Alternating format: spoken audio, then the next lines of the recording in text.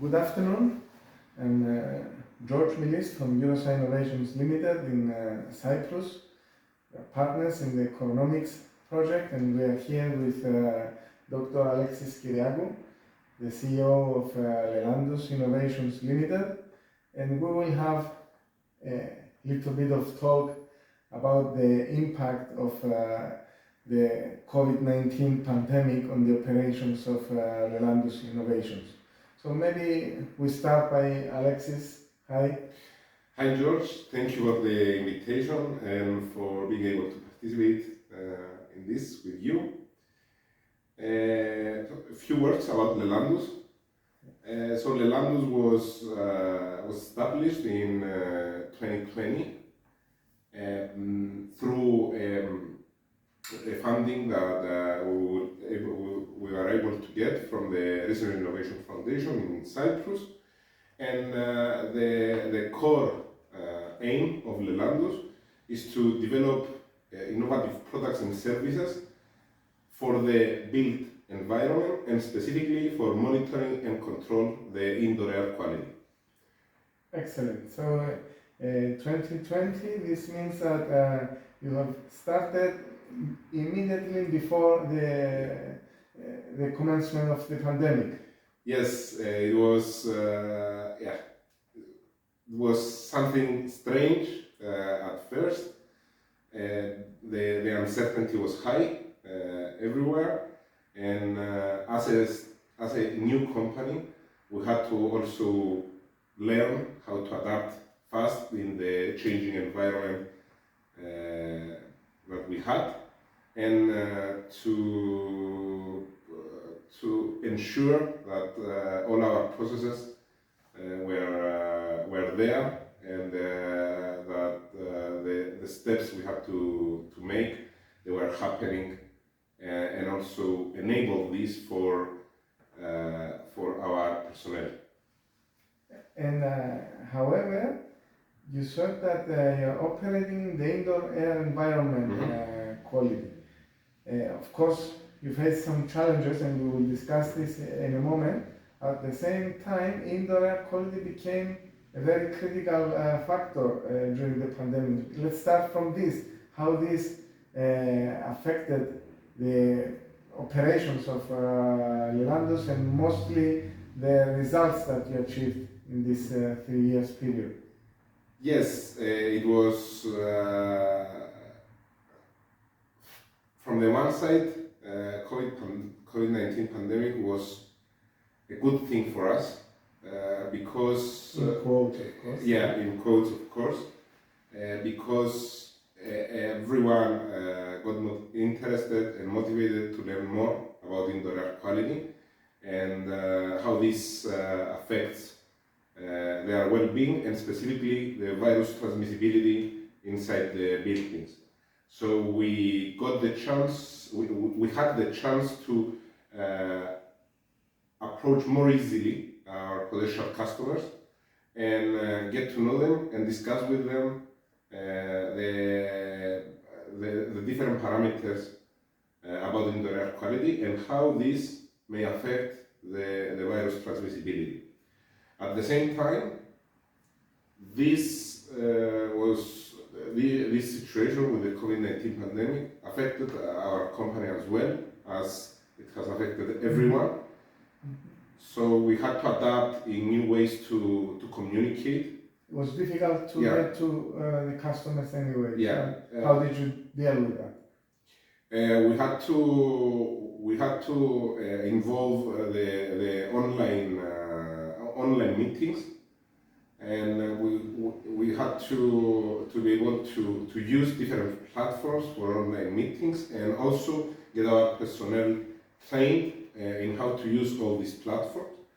And at the same time, we had to cover the added cost of having this platform and operating this platform in order to approach potential clients and other people involved in our business. There were, of course, also the measures that were restricting the access to the buildings. So you were there to protect the air in the buildings, but the access was restricted. Did you have any case where this restriction, if you have no people in a building, then there is no point of monitoring it? Did you have such a case? Yes, actually this was the biggest challenge.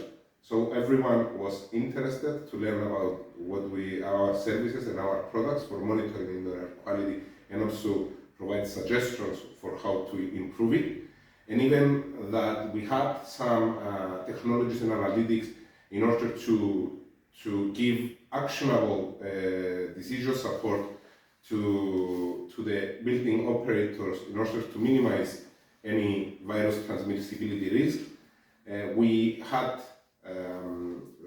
had some cases that the people, our clients, did not want to move on because they had no one in the building, and they didn't even knew when the people would come back or if they would come back at all, and the working from home was the new norm.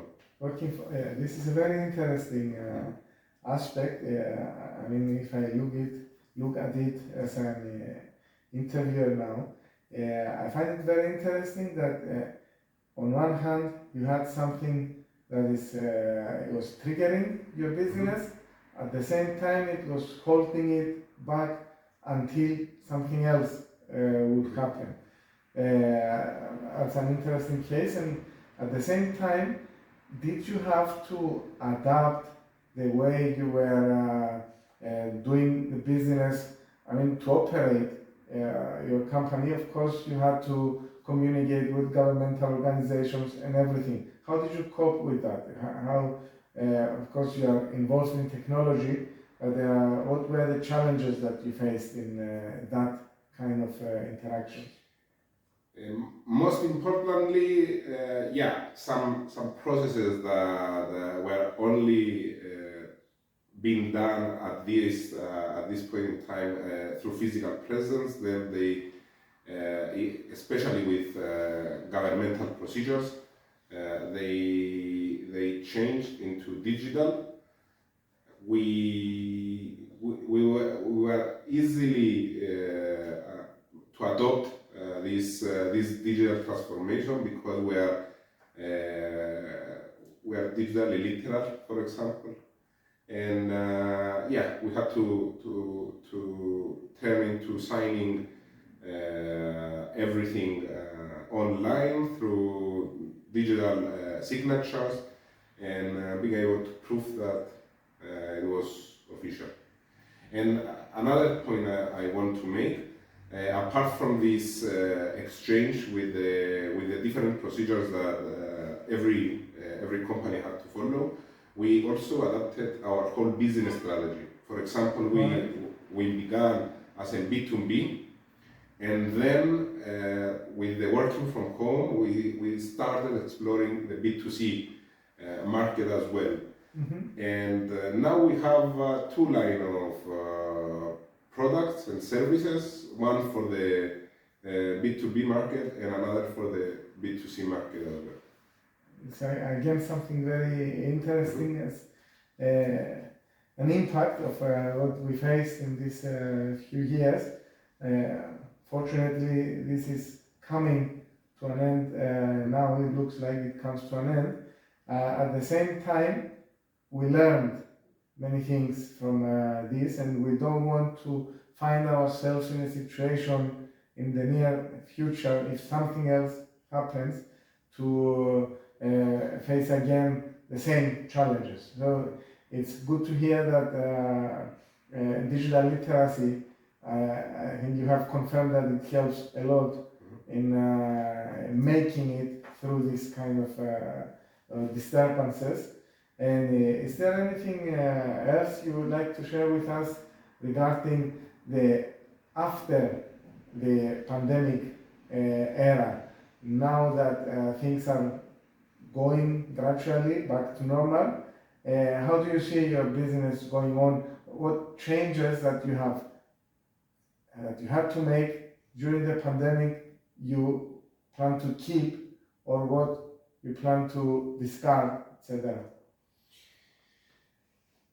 I think the first thing that we're gonna keep in terms of how we operate is that the online way of communicating, it has become a thing, and we have kept this, and we use both physical and online, which as we see it, sometimes it saves you a lot of time. Also, everyone has get more accustomed to using these online means, which also makes how we operate easier. On the business side, apart from operational, the awareness, the increased awareness that came into the general public has supported us a lot, I believe, in this, since we are starting an innovation in terms of indoor air quality, and people want to know more, and they are more interactive with their indoor environment, and want to be trained and also informed about what's happening and what matters and what not. So this has provided huge support for us, and we have also designed our strategy in such a way as to answer the needs that need to be answered in order to have the highest possibility in achieving our goals and beyond, and becoming sustainable in this effort. Thank you very much, Alexis. But from us, we wish you the best. And as you have already seen, Coronomics project is developing the training and to give you an idea of what tools to use in order to be flexible in this kind of situations and resilient. So we're here for you, and we'll keep you updated with whatever, and please also keep in touch, and we want to know more about you and your business and how we can help you with our training material. So thank you for the time. Thank you, George. Have a good evening. You too. Thank you.